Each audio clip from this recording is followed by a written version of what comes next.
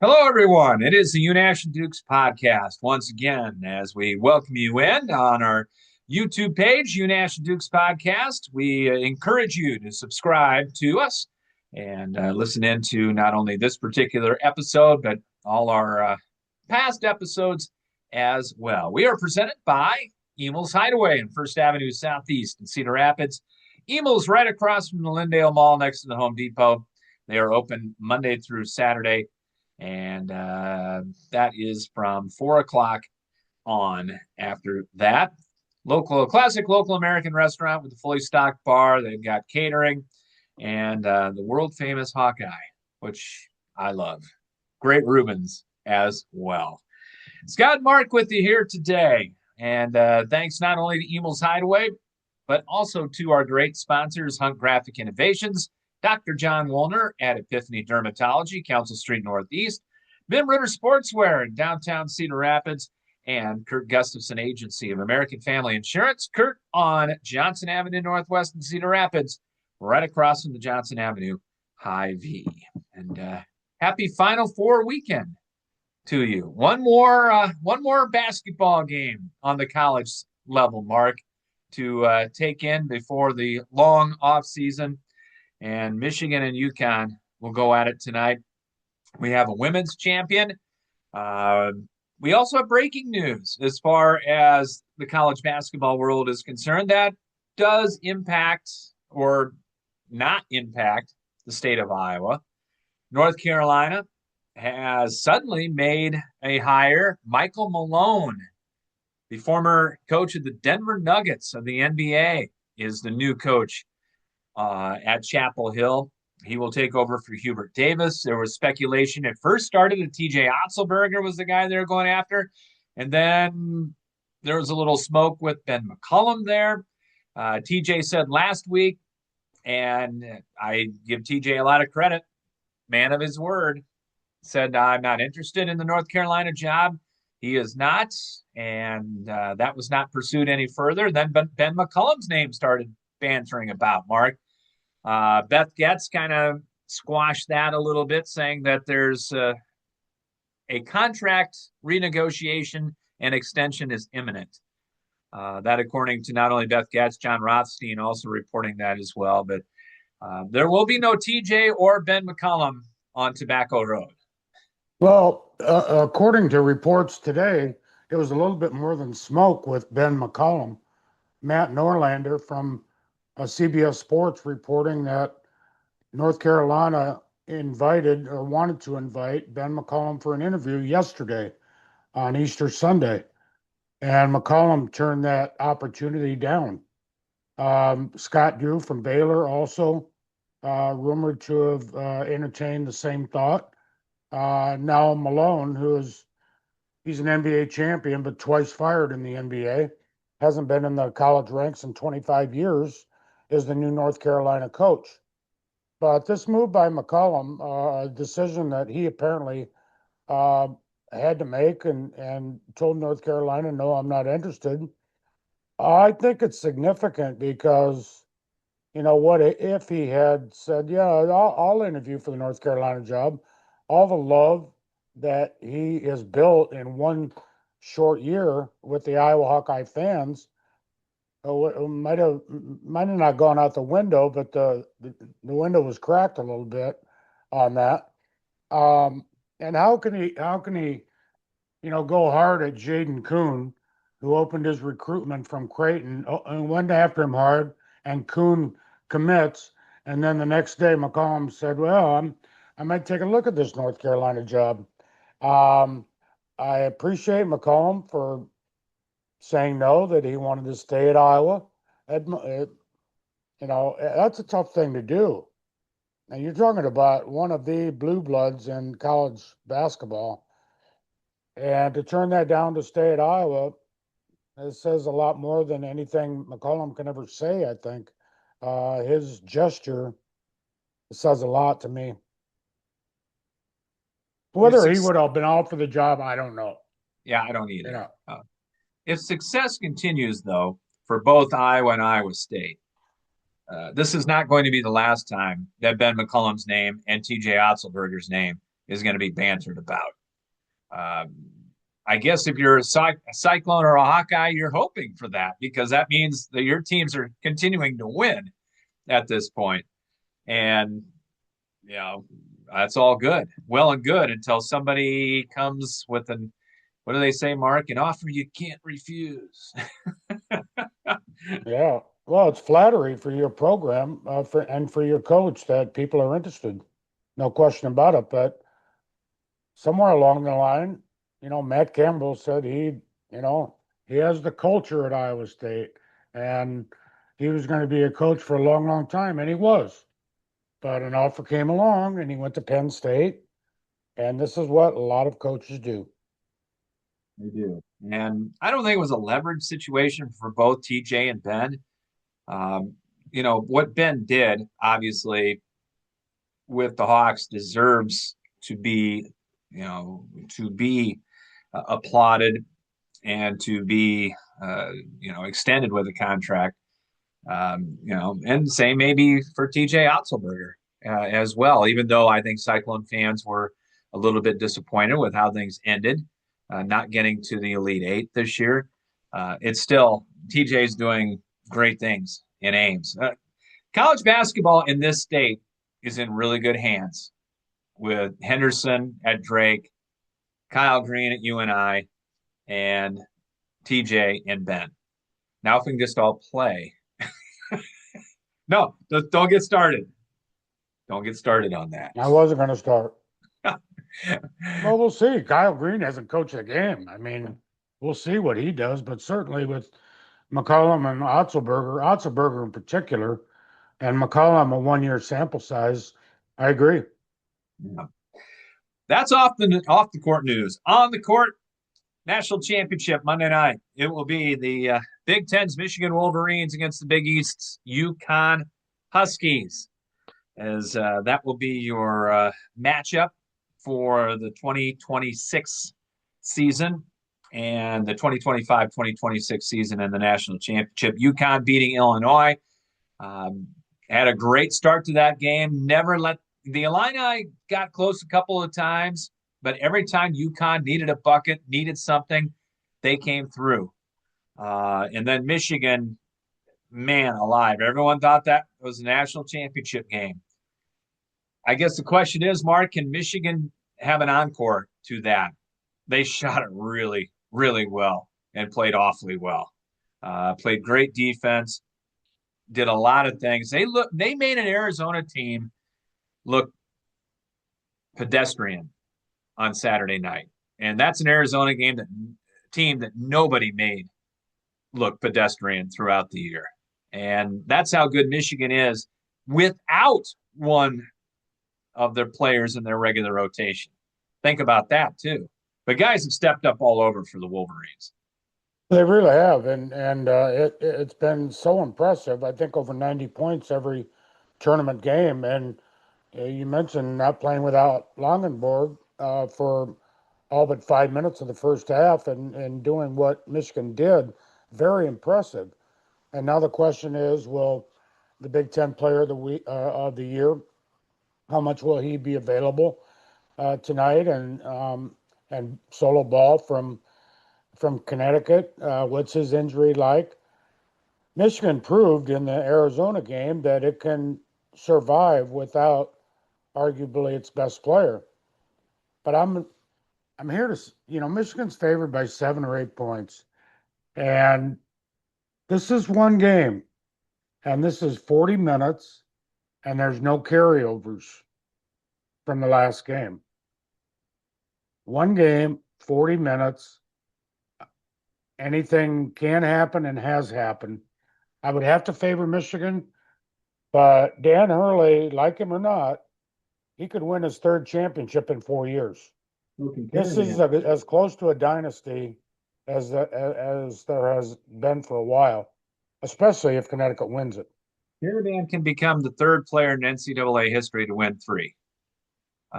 That's pretty heady company, including Lou Alcindor, the Kareem Abdul-Jabbar, and the other one escapes me, but it is I agree with you. Danny Hurley, Danny Hurley plays the black hat very well, doesn't he? I mean, Yeah, he's being interviewed after the win. Why are these people? Why are they booing? I hope they're not booing my guy. he No, he Danny. plays he plays it better than the women's coach at UConn. Yeah. And do yeah, good point. And he knows it, and it deflects off of his team. Whether you like Danny Hurley or not, I agree with you. This guy, X's and O's wise, is top 3 in the country. Maybe the top X and O guy there is. Um, and if you've been watching the breakdowns of the national championship and whatnot, they're going through his half court sets and what he does. I mean, double screens, stagger screens, running running shooters, Mullins off of screens, getting him open, and then going to the basket with former Wolverine Reed and Caravan. It's a brilliant game plan. I don't Yeah. think this is going to be the blowout that a lot of people consider it could be on Monday night. I think this could be one that comes right down to the wire. Um, I think Michigan 1 through 9 is better, and I mean, I when I saw Michigan in Iowa City, I thought that was a team that could win the national championship. I told you that. I've said it on the podcast. But I think UConn can hang with them and possibly win this thing. Use the golf analogy, Mark. You and I both know it. When you shoot, not that we've shot 63 or 64, how tough is it to come back and shoot 63 and 64 the next game? It's It's not. easy after 13 holes and you just walk in, but It's not no. easy. You think Terrace Reed's not going to be a little bit motivated tonight for UConn facing his former team? But he's got a guy in Mara that is going to give him some problems. And Reed may give Mara problems. I don't know. That matchup in the middle is going to be pretty good. Connecticut has shot it really well from 3, a lot of different players.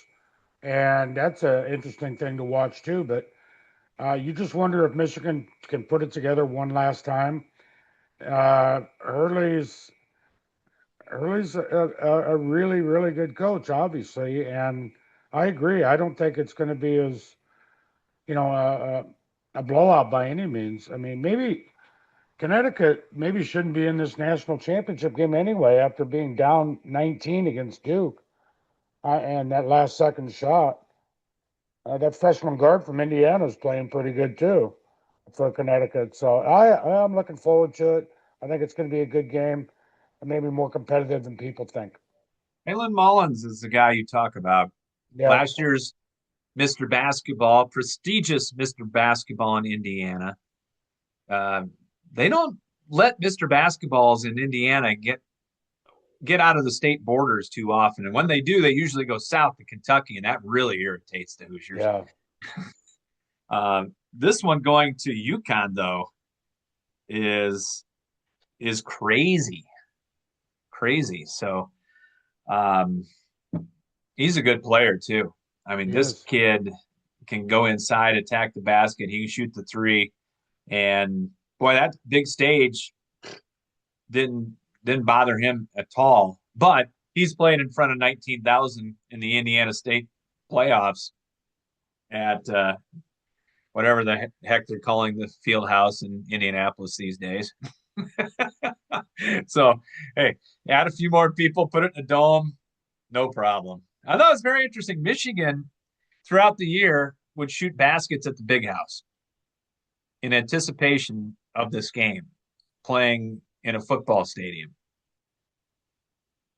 Pretty good strategy, I think, by Dusty May. Yeah, you're playing in a football stadium and the background's totally different. And, it'll work for one game. We'll see. We'll see about tonight. But just a lot of fascinating matchups. Uh, the thing I'm going to like about tonight is there will be no halftime music. Oh.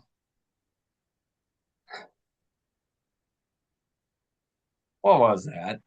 What do you mean more on that? We're on it right now. No, I mean, no. What the hell was that? What was that? I said. I looked up and I go, what's happening? I thought it was a We have, commercial. we have to have a concert every big event, evidently, but not tonight. That's a good thing. No, I'm with you. I don't think that went over real well. And that was a first at the Final Four. So, like I said, I don't. They had an hour between games Yeah. of the two semifinals. That's too much. That's too much. So, Big Ten wins their first one in 2.5 decades tonight. If I had to bet straight up, I would say yes. I would not be surprised to see UConn win it again. And pretty soon, UConn does that. They're going to be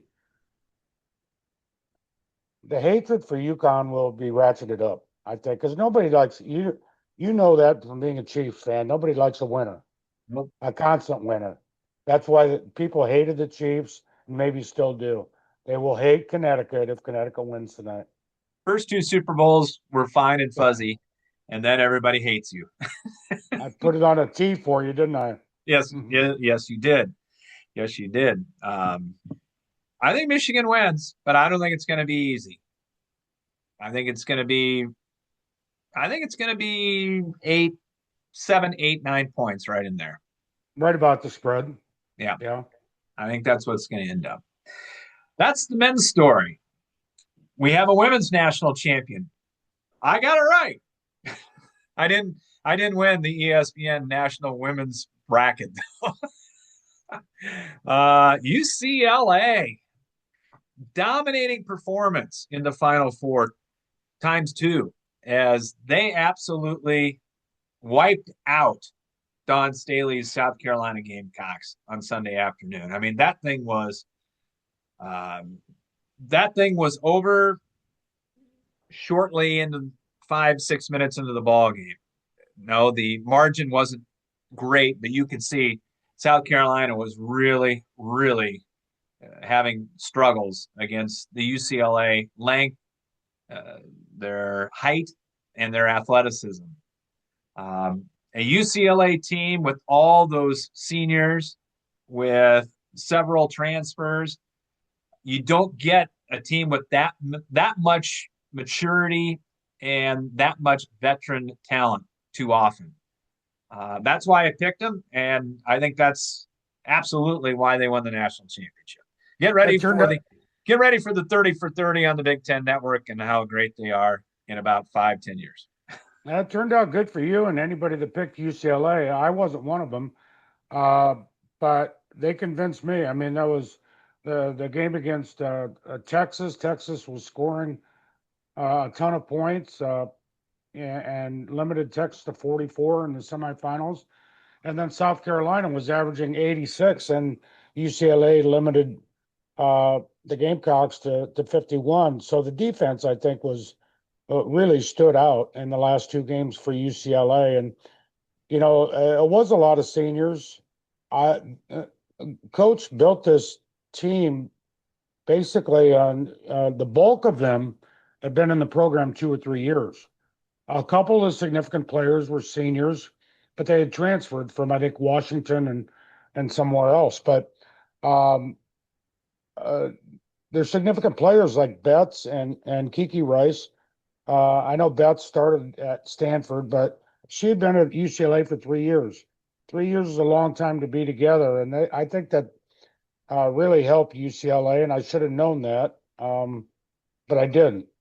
You did, uh, but I, what's this Final Four going to be remembered for? Maybe the semifinals between Connecticut and South Carolina. Good place to go, Mark, because there are many people nationally writing that this was a dud of a Final Four for the women. No, I don't think so either, but they're saying that what has happened to all of the scoring, the Caitlin Clark Final Fours were so much better. Um, I'm caught between a rock and a hard place because there was so much offense when Caitlin was playing in the Final Fours. Um, I don't think the talent was that much better. Um, I think UCLA, you got to give them a lot of credit because they had every part of the game down. I mean, they had locked down, like you said, they gave up 51 to South Carolina. Texas had half of their offensive production in that game in the semifinal. Their defense was outstanding. I mean, you could not take it to the basket because you're going to get the ball, volleyball spiked right at you as you put it up. Rice and others could keep track of you on the perimeter. Their defense was so good. I think that's what dictated the fact there wasn't much offense um, other than UCLA in the Final Four. I don't think it was a dud. Should we expect, 92, 90 games in every Final Four? And if they're not for the women, it's boring? I don't think so. I thought, I give UCLA all the props in the world. I think they were just that good. And like you said, the one thing that's going to be remembered about this Final Four is the confrontation. Well, I just watched the last 3 minutes of the Iowa UConn game and the semifinals from a couple, 3 years ago. And that was 72-69. So I know other games were higher scoring, but UCLA scored 79. It was their defense that limited the other team. And I think UCLA got better as the season went along. Remember, it lost to Texas by 10 or 12 points in the regular season and was able to reverse that in the semifinals significantly. Even though it only won by 7, it was a fairly convincing victory. So I think UCLA got better as the season went along.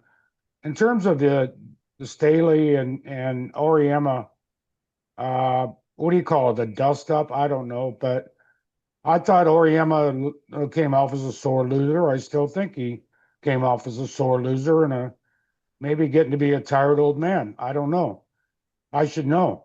It was like a get off my lawn moment.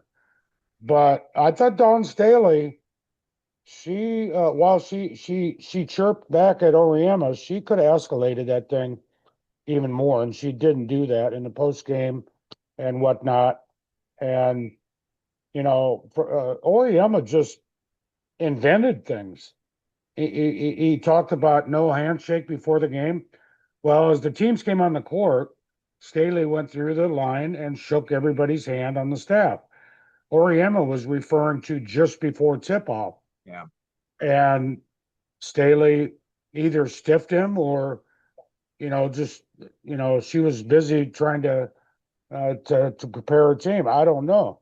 But the Oriema's point about her player having her jersey ripped and for that player to sit in the post-game press conference right next to Gina Oriema and say, no, I ripped it myself. I thought that was a great moment. But I thought it was a bad look for Oriema. I know he apologized, or his people had a statement for him to read to apologize. But it just obviously he's a terrific coach, maybe the greatest of all time in the women's game. But it was a really, really bad look in my mind. It was bad. It was bad. He has apologized, but I don't think a lot of people are buying the apology at this point. And yeah, Gino, and I bet it was a cringeworthy moment seeing and I cannot remember what product it was, but Gino Oriema in their commercial in the championship game.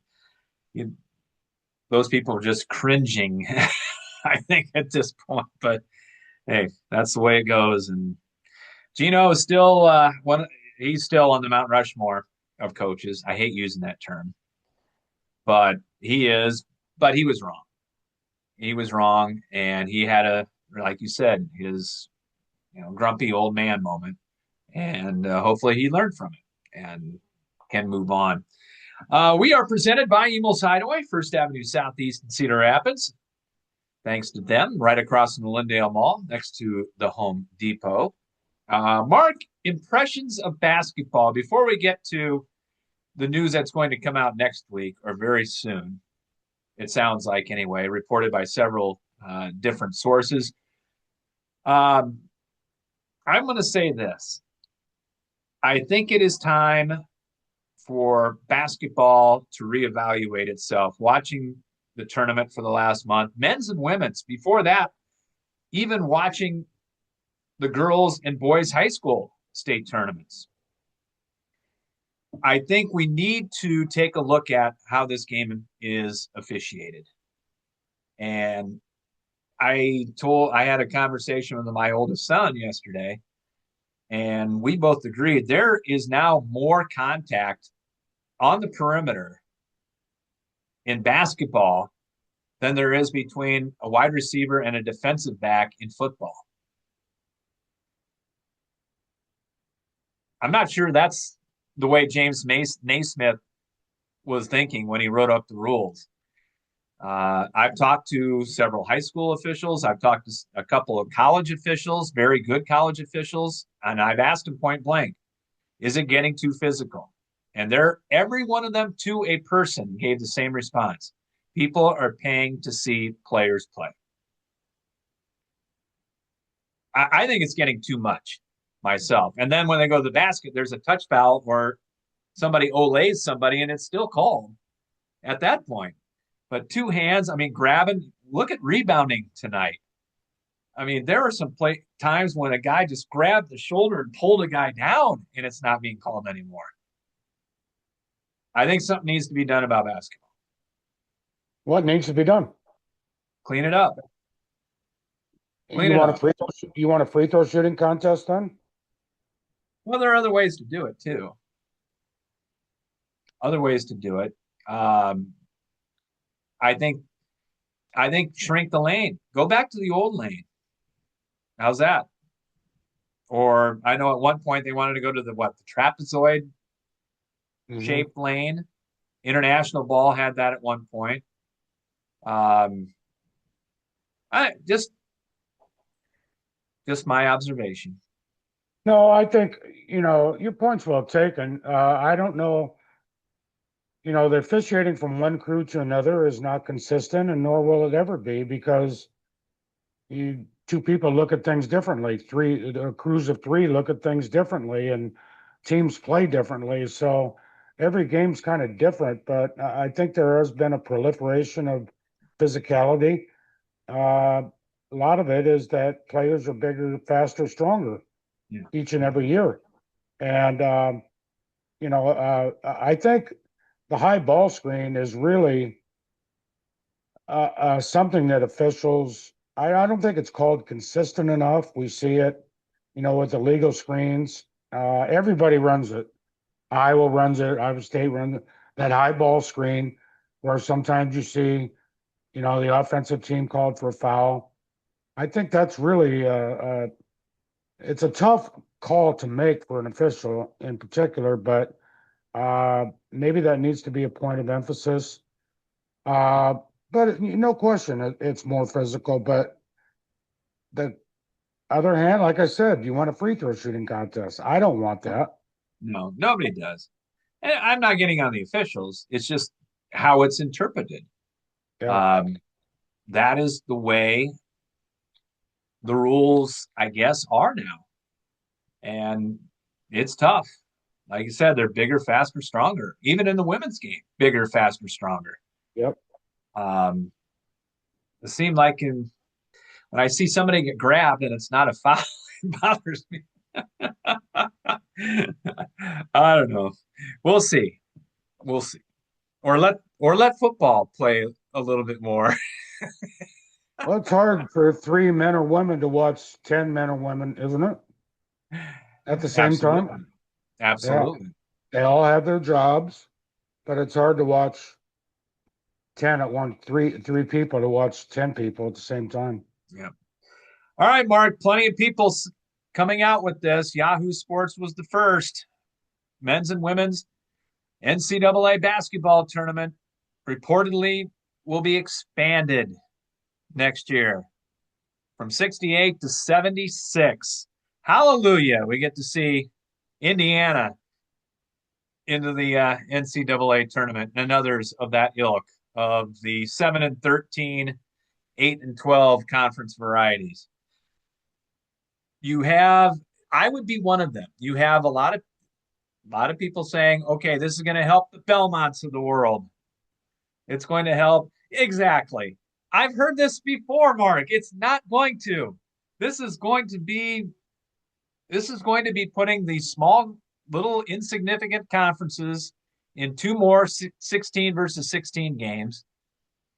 And you're going to have two more 11 versus 11s. And then I don't know where you're going to get the other four from. What seed number? Is it going to be the 12s? I don't know. Could be the 10s. We'll see. But this is all for second tier power conference teams to get in the NCAA tournament, right?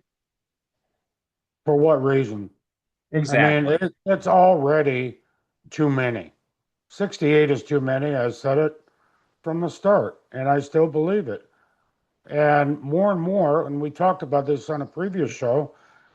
How many high point moments did you have this year? High point up with an upset, and what was it, Villanova? I think High Point beat Villanova. I can't remember. Wisconsin. Wisconsin. Wisconsin. That's right. But it weren't that many moments. And look at the Final Four. Uh, 3 seed was the lowest seed, right? So I think you're going to have more and more moments like that. So why expand?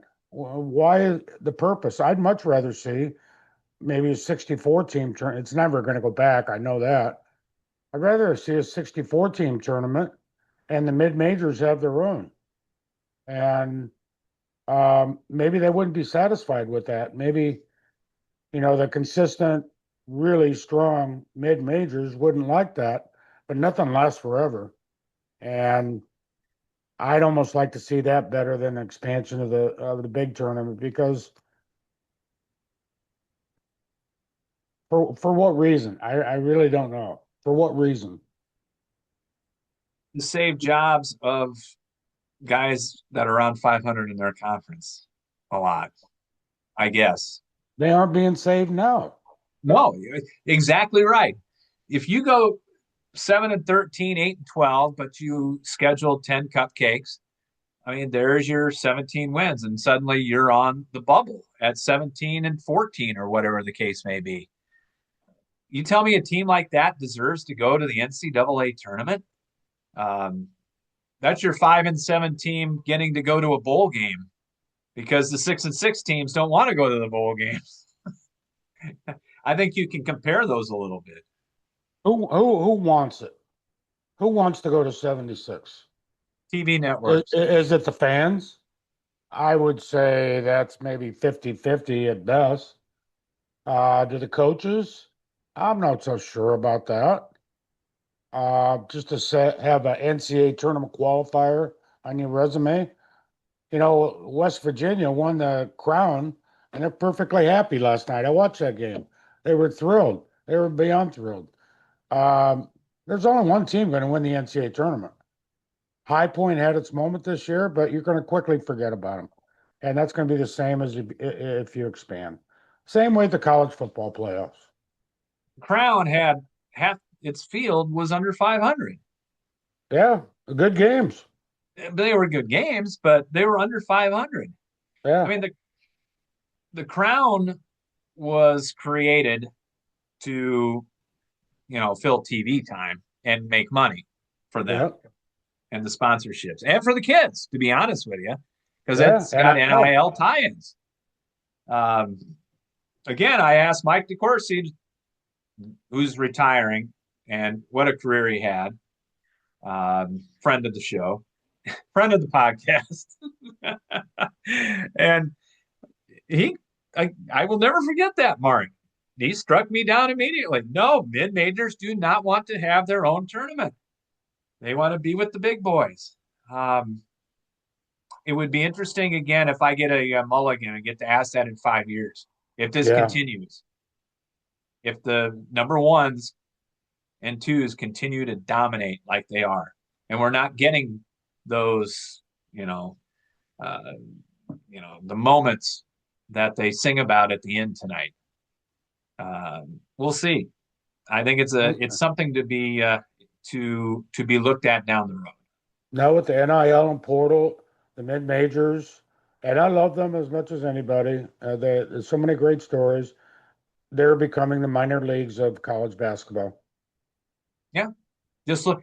Hey, you haven't figured that out. Look at social media today and see all of the before the portal even opened up officially. There were 653 people in men's college basketball in the portal before it opened.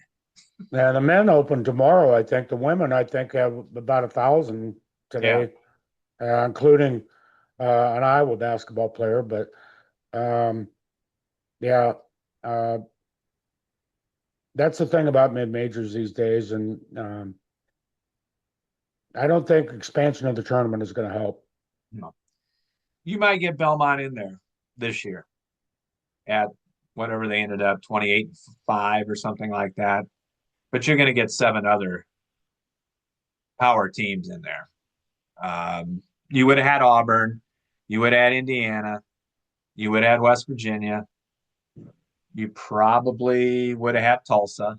No, is Stephen Pearl's resume any better if he would have made the NCAA tournament and lost in the first round as opposed to winning the NIT championship? Is his resume any better? No. I think it's better with the NIT win. There you have it. And the NIT may go away at some I'm talking point. about Auburn, by the way. Yeah. Yeah. Who won over Tulsa? In a good game, by the way, Mm-hmm. at Hinkle Field House. Charles Barkley was heavily involved in it. Yes, he was. But now Bruce Pearl can say that Auburn should have been in the NCAA tournament, right? Oh, yeah. Hey, before we go, not only a big tip of the hat to Emil's Hideaway, our presenting sponsor on First Avenue Southeast, right across from the Lindale Mall. Also, a big thanks to Kurt Gustafson Agency of American Family Insurance on Johnson Avenue Northwest in Cedar Rapids, right across from Johnson Avenue High V. Thanks as well to Ben Ritter Sportswear at 817 2nd Avenue Southeast in Cedar Rapids, your one-stop store for screen printing and embroidery. Hunt Graphic Innovations. If you need to create a website, they are the people to contact in Hiawatha. And Dr. John Woolner at Epiphany Dermatology, that at Council Street Northeast in Cedar Rapids. Just got this texted to me. Congratulations to Ashley Jones, the former Iowa State All-American and newly inducted into the Iowa High School Girls Basketball Hall of Fame. Knew that she was looking, but she has just been announced as the new girls basketball coach at Ankeny. So good for her. Saw that earlier today, and that's going to be a great opportunity for her. Interestingly enough, the former Jamie Prenti is stepping down and focused on her family. Another former great college basketball player who may or may not get back into coaching. We'll see. Yeah, and Jamie, I know that she had she was it was a hard decision the last couple of years to even come back. So she has two small children, Yep. and it's tough when mom's away that much during not only the season but in the summer. And yeah, you never these coaches may get back after the families have grown up a little bit. You never know. We need coaches though. We need we need girls basketball coaches. That is for And sure. officials. And officials and players. We need them all in girls basketball. Mark, Wednesday, going to talk Masters, going to talk golf. Looking forward to it. Brian Haas will join us from Lake House Sports. And what would be the best way if you do have a question about your game? Get it to us via YouTube, get it to you, get it to me. What do you think? What's the best way to go about this? We have an email, unashanddukes@gmail.com, but you can post it on our Facebook page. I'll put a notice out there that Brian's going to appear on Wednesday and frequently throughout the summer and into the fall. And if you ever have questions about your game or maybe the Masters this week or what have you, I'll make a post out there and you can respond that way. There you go. I am looking forward to talking golf. Looking looking forward to playing Yeah, no kidding. Could be a rainy, around here anyway. Around here anyway. could be a rainy Masters week here in the state of Iowa and in eastern Iowa. All right. We will talk Wednesday. How's that? Sounds good. You got it. All right. Thank you for joining us. It's been the Unash and Dukes podcast, everybody, and we will talk to you again later on this week.